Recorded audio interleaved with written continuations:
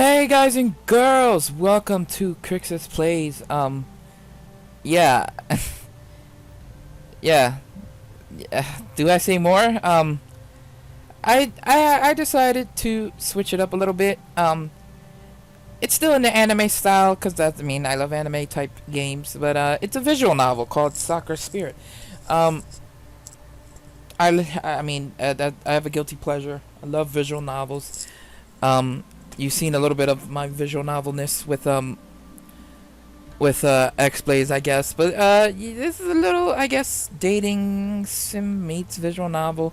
It looked cool for the most part. It was 25% off, so I got it. I'm just gonna play a bit of it, and we'll see how it goes. Every person has a dream they wish to pursue. Yet as people grow up, they often are forced to realize that obtaining that dream is just that, a childish illusion that is simply impossible to reach out for. At least, that's what most people say. Then what about those who do accomplish their dreams? Are they merely incredibly lucky? Every man has a dream they want to accomplish. However, there is something really important you should know, my boy. That a real man doesn't give up on their dream, no matter what overwhelming challenges they might face. I still remember those foolish words my dad used to say. Yet despite their silly nature, I find myself inspired by them. Ever since I was a child, I was interested in martial arts. It didn't matter whether it was following a match on television or reading a manga about some heroic martial artist. It'd always been a dream for me to become a martial artist someday. Of course, it was a bit childish to admit. I wanted to learn martial arts to be able to be a hero. While at my age, I already came to understand superheroes were a part of our imagination. I still held the desire to use my power for others, their sake.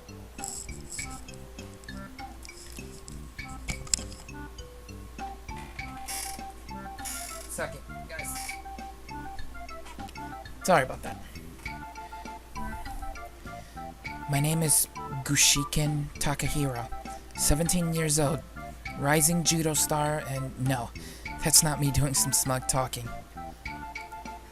I'm actually about to take part in a competition 2 weeks from now that could make or break my career at an international level. Of course, I was excited about the opportunity to finally accomplish my dreams and represent my country at a sport that I loved. But the same excitement also made me feel incredibly nervous. While those worrisome thoughts haunted my mind, a familiar voice resounded from outside the window. Oi! Taka-kun! Get your butt in gear! Hi, I'll be right there, Koyomi. Not wanting to keep Koyomi waiting, I quickly dashed toward the front door to let her in, not even realizing that I was still in pajamas. Just a moment, Koyomi. Gotta grab my shoes, and then we can go to school. Really? I didn't know our school had a strict uniform or sleepwear policy, dummy. Nice jammies, by the way. Did you borrow them from your mom? For a moment, my eyes drifted downwards, noticing that I was indeed wearing my pajamas. I let out a groan of annoyance and marched back toward my room. Blah! There's nothing wrong with my jammies. The Golden Knight is a famous comic book hero in the West. Besides, not everyone prefers to sleep naked like you. Mumbling those words, I started stripping out of my clothes, seemingly not minding the presence of the girl behind me at all. That happened one time. You know it was super hot that evening. And geez, warn me before you strip in front of me, you idiot. You didn't mind it when we were little. Perhaps you want me to turn around instead? No, stop. Don't make me kick your ass. Deciding I had teased her enough, I quickly pulled on my pants and resumed working on the remaining few items of clothing before I was suitably dressed for school. Besides, I had a reason for being so distracted. You've been distracted a lot lately. What's going on in that hollow skull of yours? It's that upcoming match. I got no idea how anyone can remain calm when an international career is at stake.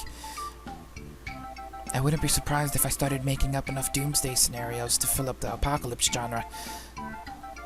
Oh, right, the judo thing. I'm sure you'll do fine. I've seen some of your matches and you kick butt. And of course, if you're really worried, you could always pray. Pray? What? Don't tell me you don't know. It's one of the school's legends. There's some shrine up in the forest that, if you pray to, it will give you good luck. Ichikawa-san said that his sister prayed to it the night before her exam and she got 100%. A shrine that is said to give you good luck? Sounds bogus to me, but at this point I'll be trying out anything, I guess. Maybe I'll talk to our classmates to get the location of that shrine. I'm not exactly in the mood to get lost in the forest and turn into a Japanese Tarzan. Well, whatever. If you do go looking, at least send me a message to let me know.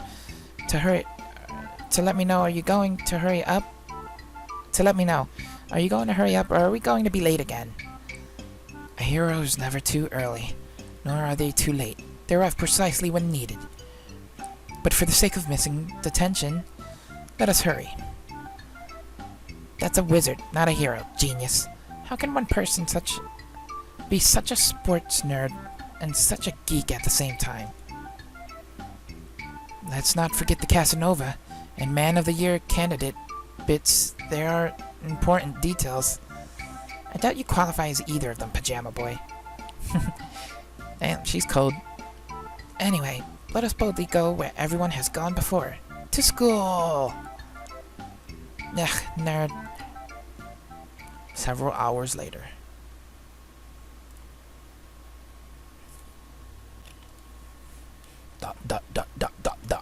Ellipses. It had been during the afternoon when I finally had the chance to talk to my classmates in an attempt to get an idea where that shrine Koyomi had mentioned before had been located. Gym was the last thing on the menu for today, so once we started getting ready to go home, I approached the guys.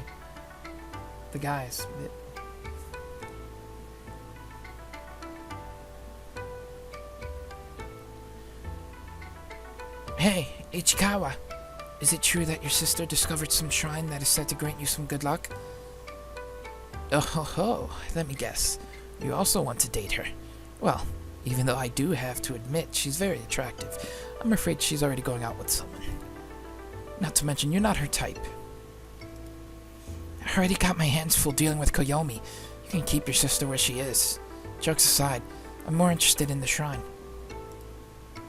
Did she mention where she found it? I didn't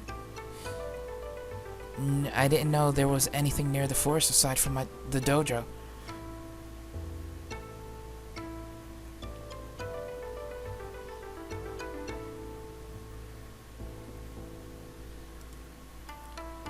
Oh, well, she said something about it being near the river and quite high up. I'll be honest, I didn't pay too much attention when she was going on about it. I mean, she was wearing this top and it was tight and... Stop. We don't need to hear the details. I doubt anyone wants to hear you daydream about your sister, my friend. Anyone else who heard about the shrine before? Oh, God. So he's got it in for his sister, Ichikawa. Are you two talking about the luck shrine in the forest? Yeah, the one and only. There's supposed to be one near a river, according to Ichikawa's sister.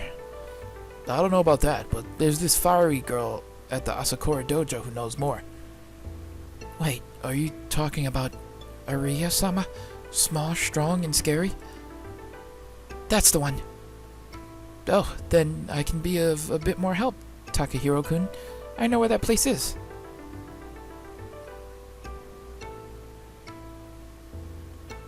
I don't think Ariya-senpai will like it if you end up visiting her with your usual tricks in mind.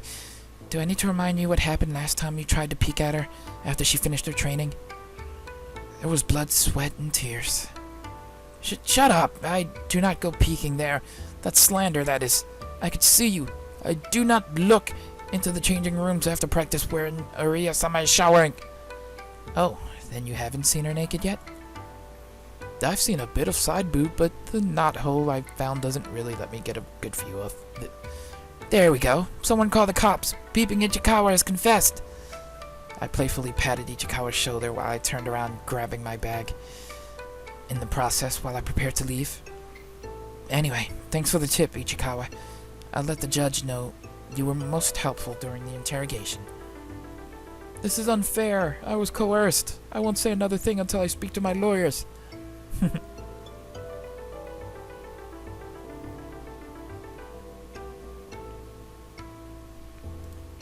Ellipses, ellipses, ellipses.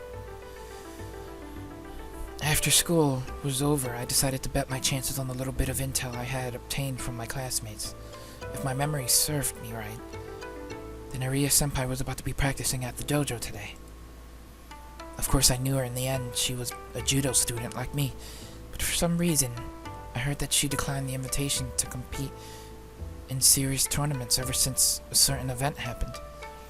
Aria-senpai, are you around? While I shouted her name, I parked my bike at the nearby stall and looked around for her. Hua! Hia! Hia! Follow the shouts and you find the senpai. I grinned briefly as I saw my senpai seemingly being occupied with the practicing of a series of motions, almost as if she was fighting an imaginary opponent. Perhaps it was a perfect opportunity to get closer to her and surprise her a little. Slowly, I snuck over, making sure to make as little noise as possible before I reached with a hand excuse me, toward her shoulder. Aria. At the touch against her shoulder, Aria-senpai reacted. She grabbed hold of my hand and with a loud grunt, shifted her weight, curling and tipping me over her shoulder. At the touch against her shoulder, yeah, she flipped me. It was all I could do to brace myself for impact as I hit the ground like a sack of potatoes. Tya! No one sneaks up on the great Kunoichi Aria. Oh, Takabozu. I didn't realize it was you. I'm sorry. Are you okay? Kunoichi? More like a Tasmanian devil. That throw didn't hold a shred of mercy in it. There's no mercy in the ring, Takabozu. Better you learn that lesson now than in 2 weeks' time. Let me guess. You want to do some sparring, right? I actually came here to ask you something, but perhaps a little sparring wouldn't hurt after that. Oh? What do you want to ask? We've got all afternoon for the sparring, and I could do with a bit of a break anyway. Where to start? Senpai, you used to take part in big and important matches. Didn't you get nervous before the big moment? Oh yeah. This one time I got so nervous I hid in the kitchen cupboards until Dad found me and dragged me to the car by my collar. Of course, that was when I was like 8. Well, obviously I can't go and hide from my match, but some friends of mine made this rather silly suggestion to go and pray or something. Honestly, at this point, I'd take anything if it calms my nerves a little. Takabozu, are you sure about this? You mean the match? Of course I am. I've been practicing judo ever since I could walk. This is my best chance to represent this country and the sport I love too. Senpai seemed to think for quite a long time, all the while tapping at the side of her jaw with the finger. Eventually, she snapped her fingers and grabbed hold of me tightly. Alright, I'll tell you the way to the shrine. But it's not just going to be a simple clap your hands together and bob your head. You need to give something to the shrine, something of worth. I guess I'll figure that out by the time we get there. Anyway, thanks, Senpai. I appreciate it. We? Oh, no, Takabozu. I'm not going with you. I've got training to do. Besides, you've got to take this step yourself. I can give you a map and an easy way to get back here, but you'll be on your own. Ah, you're not tagging along? Guess it'd be my own adventure to undertake. Afraid so, Takabozu. Let me just grab some paper. I'll draw out your map. After Aria's return, I followed the directions the map had given me. Surprisingly enough, it wasn't all that far. The tip to get back if I got lost was a little sketchy. Just look down and you'll be able to see the dojo roof from anywhere on the hill. The forest nearby the dojo was my first challenge to overcome. A lone path coiling along the trees, and there was even the river Ichikawa's sister had mentioned in the distance. Of course, I decided to stay with my senpai's directions, and after an hour or so, I arrived at the shrine. The shrine itself seemed surprisingly well maintained, despite being in the middle of nowhere. It made me wonder if someone secretly lived there. Perhaps some secret martial arts master? Already daydreams of a potential hermit having hidden themselves in the shrine to prepare themselves for an upcoming clash between good and evil started to dwell in my mind. And yet, nobody is around. I sighed in annoyance at the fact the shrine grounds seemed to be entirely abandoned. It was mysterious how the building seemed well maintained, but for the time being, I decided to focus on the reason behind my visit. It took only a few moments before I gathered the courage to enter the temple itself, and inside, found a rather fancy-looking shrine of sorts at the back of the hall. Guess that's the shrine everyone's talking about. Silently, I folded up the map I was given and, after putting it inside my bag, approached the shrine. I was kind of skeptical about the whole religious aspect, so I didn't hold too much confidence in the idea of some shrine granting me the luck I would need to win this match. In fact, I don't really think luck is going to help much in a match like this. In my opinion, martial arts didn't hold any place for luck. A match was all about using the knowledge you gathered from the experiences you obtained in previous matches, and a nice bit of talent to help guide you through the match. There was simply no room for something superstitious like luck. Clearly, this would be a match where my experience and talent would be tested against that of my opponent. Nothing more, nothing less. How curious. The boy doesn't believe in superstition, and yet this child of man stands here, in a place of power, surrounded by the very thing he denounces. Upon hearing the voice, I looked around, trying to find the source, but there was no one to be seen. Who's there? A classic question to ask, and yet the right thing to ask would be, where am I? What do you mean? Obviously you're here hiding nearby. Perhaps, but entertain me for a little longer. Why did you come here if you do not believe in things like luck? I came here to prepare myself. Oh, do enlighten me about what this something might be that you are preparing yourself for. I felt a little bit annoyed at the questions, but perhaps if I kept talking to her, I would be able to find out where that girl was hiding. I'm preparing for a competition, a judo match. Judo? What's that? Seriously? You don't know what judo is? It's a highly skilled combat art. Aha, so you're a warrior, hesitant to go into battle and came here in hopes of finding the resolve to fight. I'm not sure about the warrior part. How fortunate. It just happens that there's need for one of your kin. My kin? A hero. This shrine is meant to bless heroes like yourself. However, every great hero has to sacrifice something in return for the shrine's blessing. Sounds like what the others mentioned. However, I do like your version more. Laughing briefly at the story the hidden girl was telling about the shrine, I decided to play along and clap my hands together in a prayer. So what's next? Toss my allowance into the praying box? Don't be silly. Money is of little importance to a hero. For you, the sacrifice will be something much more interesting and precious to you. I'll look forward to see what destiny has in store for you.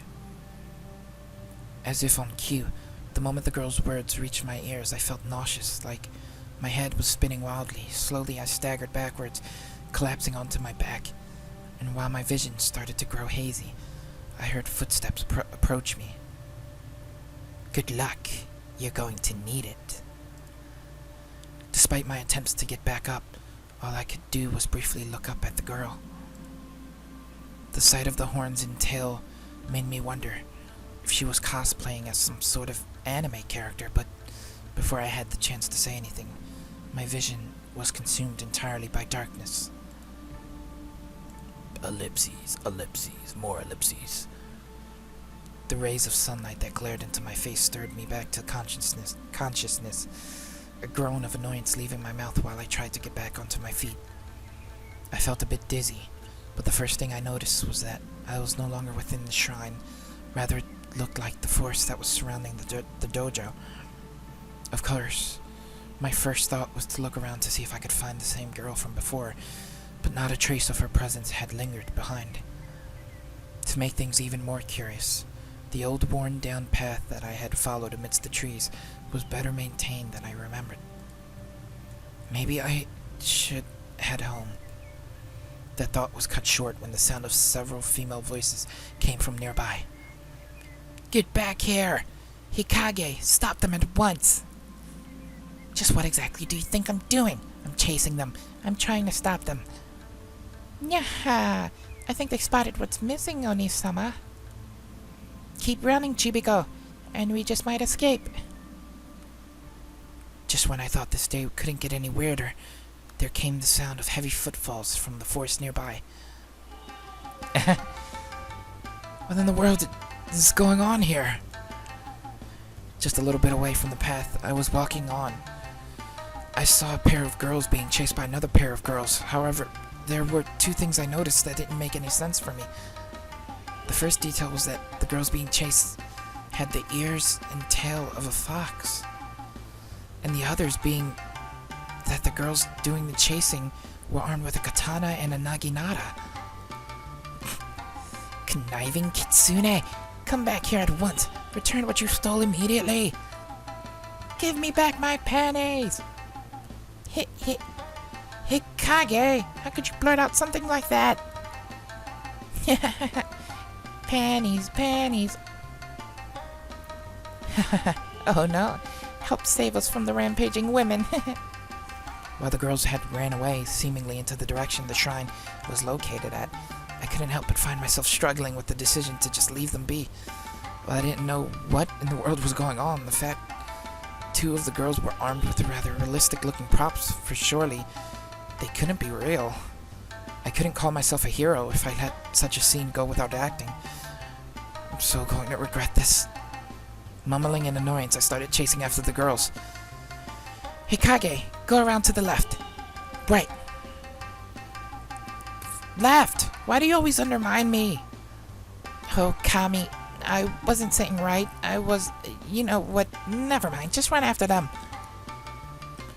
While I was chasing after the girls, I noticed the trees seemingly were getting a little bit denser, making it more difficult to navigate along the path. "One-sama, I don't think I can run much more. I'm starting to get a little... just a little longer, Maiko-chan. We're almost... Maiko, not a headache, not now. Sorry, One-sama." Scissor attack! I arrived just in time to find a scene straight from an action movie. The fox girl with the blonde hair had collapsed, seemingly being held up in her companion's lap. The two armed girls were approaching them, almost unmistakably, with killing instincts running amok. Any martial artist could feel that those two girls were going to be in for a beating if I didn't stop them. "We've got you now, thieves. I'm going to personally drag your sorry butts back to town and have you both stalked. Maybe I'll even see how you feel running around without any undies on." "Yeah, although I must admit, having a breeze down there does feel kind of nice. Keeps me feeling fresh and a little bit tingly." "Hikage, goodness, you have no shame, do you? This isn't about your nethers. This is about panties and bras stolen and these two criminals being brought to justice." "One-sama, it hurts. My head hurts." "Shh, it's going to be okay, Chibiko." "Hey, you guards, if you're so desperate to have your underwears back, then here, catch." "Stop right there." However, before I was able to interrupt the conversation, the silver-haired fox girl tossed a pair of objects into the air. It seemed whatever they were, the two samurai girls were flustered by the tossed projectile. A projectile whose trajectory was heading straight to my face. "Ah, I'm blinded. Who the hell tosses a..." Peeling off the projectiles from my face, I raised them lightly into the air like a professor examining an important sample, while at the same time the Fox girls made their escape. A pink bra and lacy black panties. Oh boy, I just knew this wasn't going to end up well. Ah, you there. Are you in cahoots with these crafty kitsune? Give those back immediately. Those are evidence of a crime and not for anyone else to touch. Drop the panties right now. I'm innocent until proven guilty. One of the golden rules of court. Now stop pointing those weapons at me so I can hand over your undies without being turned into kebab. But no, stop. Shut up. Just drop the evidence and walk away. I am Suki no Miyo, chief of the village guards, and I'm ordering you to drop what you're holding right now. I don't know any village guards, and I seriously doubt a cop will go around dressed like that and then wielding a katana. More importantly, the ground here is muddy and dirty. You're sure I should drop the evidence? I mean, I could, but... Yeah! Before I could react, the pink-haired woman lunged towards me, the spike of her naginata aiming for my gut. My reflexes caught just in time, and I was able to palm away the spear as it sailed through the air. I struck upwards on the wooden shaft of the weapon, sending it up into the air and unbalancing the woman. Narumi, I did not order you to attack. Fine, I'll give them back. Jeez, just my luck to find the girls with weapons to be the tsundere ones.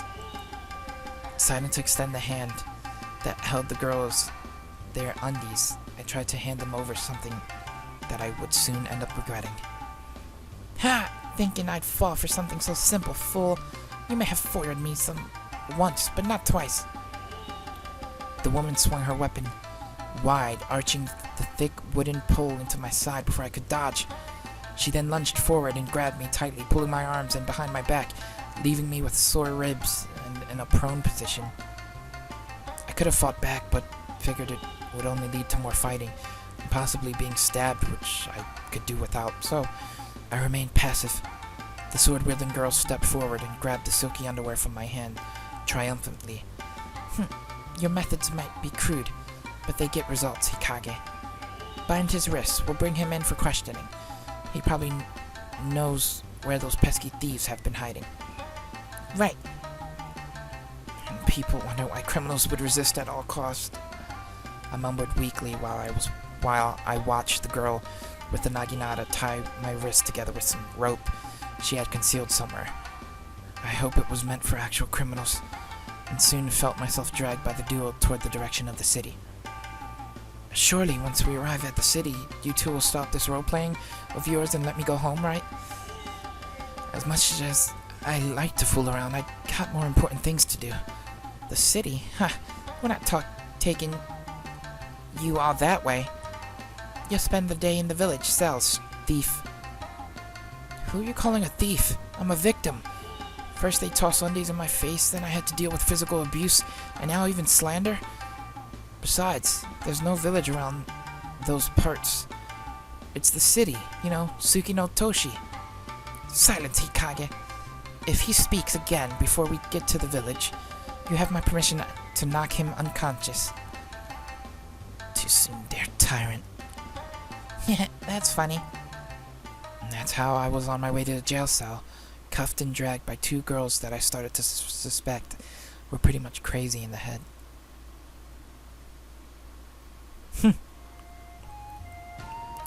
Alright, I'll end this playthrough here. If you guys want to see me play a full thing of this, let me know. I really am enjoying this game. It seems pretty fun. And, yeah, I'll see y'all later. Bye!